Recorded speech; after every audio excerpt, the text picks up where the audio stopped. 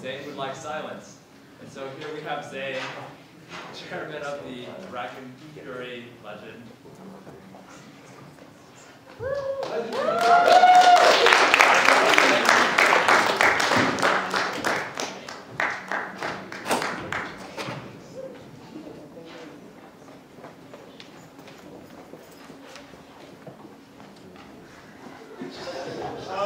Okay, I expected the president of the debating club to not make errors during his speech, but oh well, I guess that's a little too overestimating. Thank you, Mr. Yu, for your kind introductions, and my fellow comrades. On May 29, 2008, I stood before you in the Albany Middle School library to announce the beginning of a project, a turn-based strategy game modification called Dragon's Fury, Legend of the Dragon Master. Our goal of having a group of kids to create a full-length RPG at first seemed impossible. It still does, but after more than 4 years of hard work, the Dragon's Fury game series design team has completed the 57th stage of Dragon's Fury Legend of the Dragon Master, and as its chairman, I proudly announce the completion of Dragon's Fury Legend of the Dragon Master and certify that the game will be packaged for release by February 2012.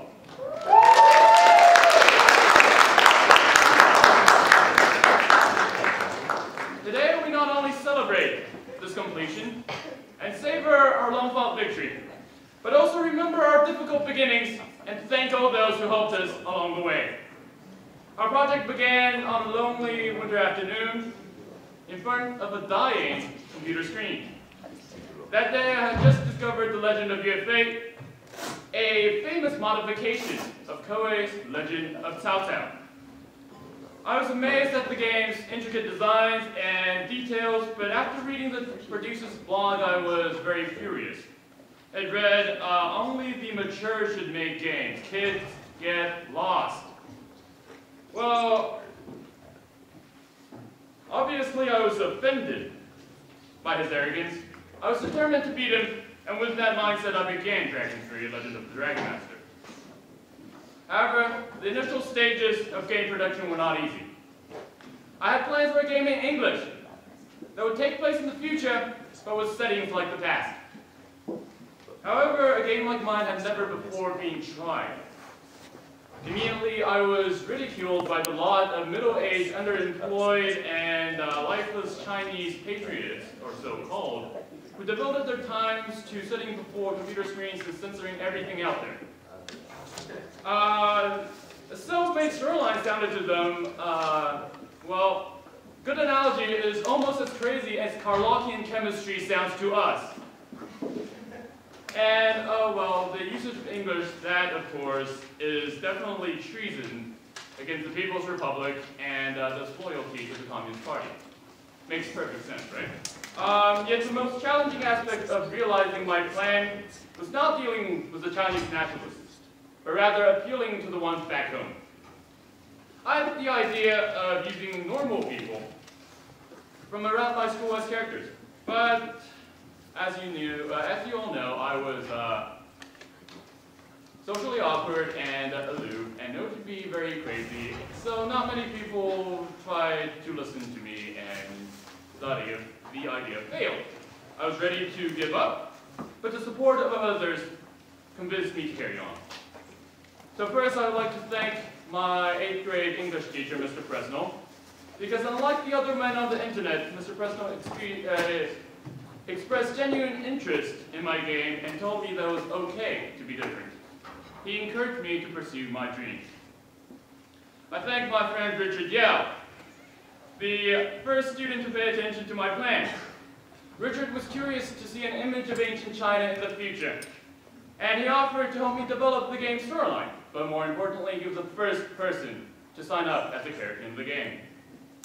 I thank Near Mouse, first tester, first tester, and first advertiser, capitalist after all. You understood the importance of public broadcasting and convinced me to open character recruitment. he helped me realize my dream of incorporating my surroundings into the game.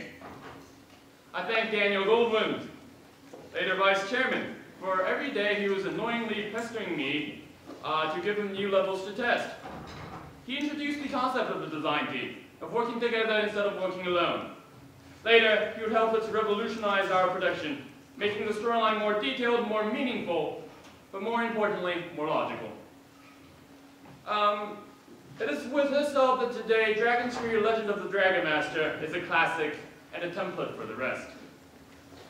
I thank our faculty advisor, Ms. Lou McAllister, better known as Prof, for supporting us all through these years. Thank you for letting us use room 213 for basically everything you can think of under the planet.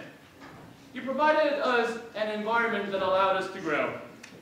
And without your help, we would have never had the game completion of today. Por eso, es justo decir, sin profe, no habría la leyenda del Maestro Dragón, y por eso, gracias, profe, por toda su ayuda y le amamos mucho.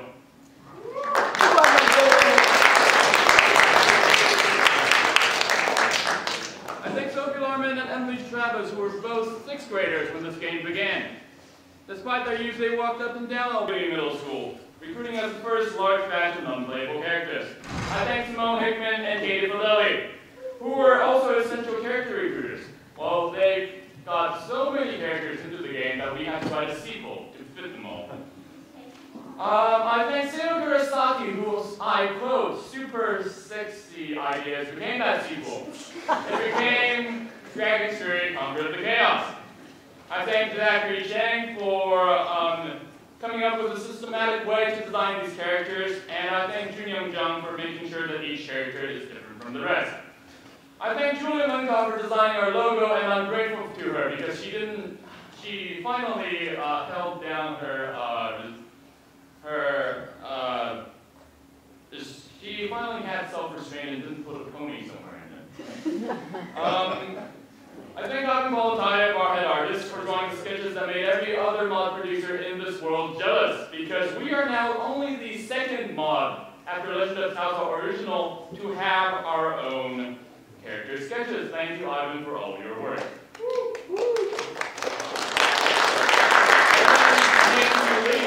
Whom I love as my little sister, for looking through the storyline we designed and making sure that they made sense to someone other than a bunch of nerds. I thank Xing Wen, my older sister, and all but Blood for restocking our music inventory with new songs, allowing the non-Chinese population to play the game with their speakers on. I thank Charles Park for taking the time to look through our game for bugs, even though he has so many other things to do. I thank Veronica Maeda, Chief of Staff, for keeping our production team on task. And yes, we forgive you, and I'm sure Daniel does as well, for using your occasional vitamins. Okay, we won't mention those. I thank the Albany Middle School Game Designing Club for carrying on our legacy to the next generation, and especially I thank Lily Lee and Carter Ta, the 2 former secretaries, for organizing the club in the past year. Of course, I thank Ms. Ureda, their club advisor, for taking a strong administrative role, coordinating all events and making sure everything goes well. Ultimately, I thank everyone who has made this production possible. I would like to dedicate this final release to each and every one of you, but unfortunately, I could only choose one. So instead, I'm honored to dedicate the game to one of my closest friends. I dedicate the game to Amy Xie. Now, let's make this clear. I'm friends with Amy not only because I envy her high intelligence, but because I have deep respect for her values. When I first met Amy, I did not take her seriously at all. She was small, quiet, and humble, and I thought that she was just another bookworm. That is, until she beat me in science tryout by over 40 points. I soon noticed that she has a tendency to do this to everyone on every single test in every single subject, but I never saw her brag. Instead, I thought that she worked harder just to pass herself and lifted others up in the process. She stayed up to edit my essays. Her advice and encouragement guided me through the troublesome process of applying to college and led me to finish this game by today. As a science lawyer and athlete, Amy is deeply rooted in the sciences. However, as a pianist and art history enthusiast, she is excelling in the arts as well. No matter which way she decides to take her life, I'm sure that she will be successful. And I am proud to be her acquaintance, proud to call her my friend, and proud to dedicate to her the last release of Legend of the Dragon Master. So, in conclusion, I'll again thank everyone who has made this production possible and saved it from being lost in my mom's still dying laptop, though Toshiba is still not dead after 10 years. The design team, however, was still what it was 4 years ago. A group of weird kids with the same interests who joined together to complete a single goal. Today is possible neither through exceptional genius or popularity, but through hard work, through our dedication to a single target and our confidence to drive us through. And if there's anyone out there who still doubts the powers of the youth, who still questions the merits of diversity, who still wonders how a weird, aloof, and socially awkward 13-year-old boy is ever to realize a seemingly impossible dream, well, today is your answer. So let us all join hands to disprove those who say that we cannot. Let us work together to create a communist world. And before I sign the document officially confirming the game's completion, dedication, and release, let me give one last message to those Chinese nationalists who accused me of treason many years ago. Get lost! Thank you! Hail unity, hail diversity, and hail the Dragon Spirit Game Series Design Team.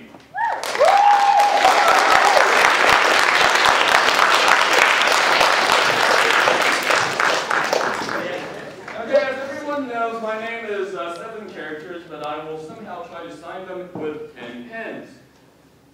This is going to be difficult, seeing that nobody was kind enough to provide me a chair.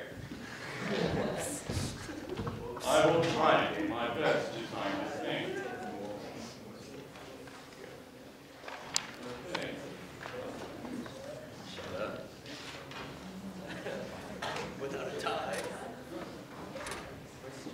And can I invite some special guests to join me? That would be Mr. Goldman, Mr. Mel, Mr. Yao, Nancy, Amy, James, Ivan, Profe, and Mr. Bale. Ooh, Profe.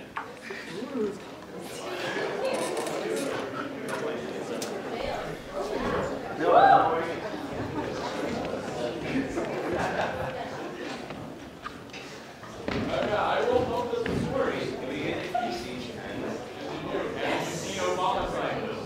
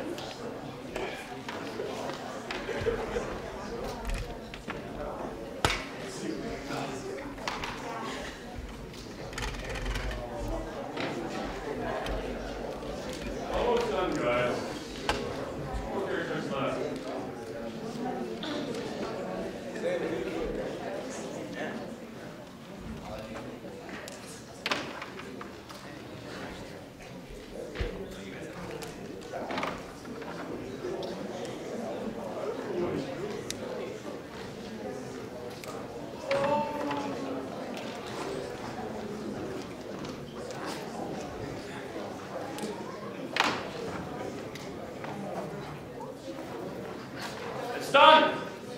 Woo!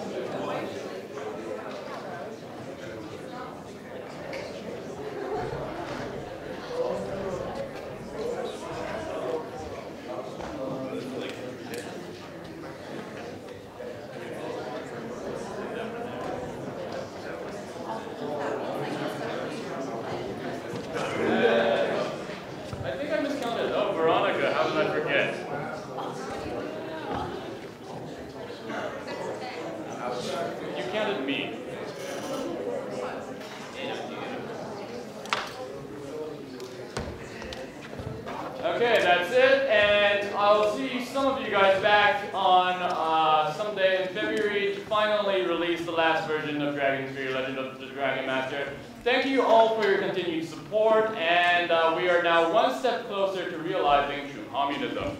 Thank you.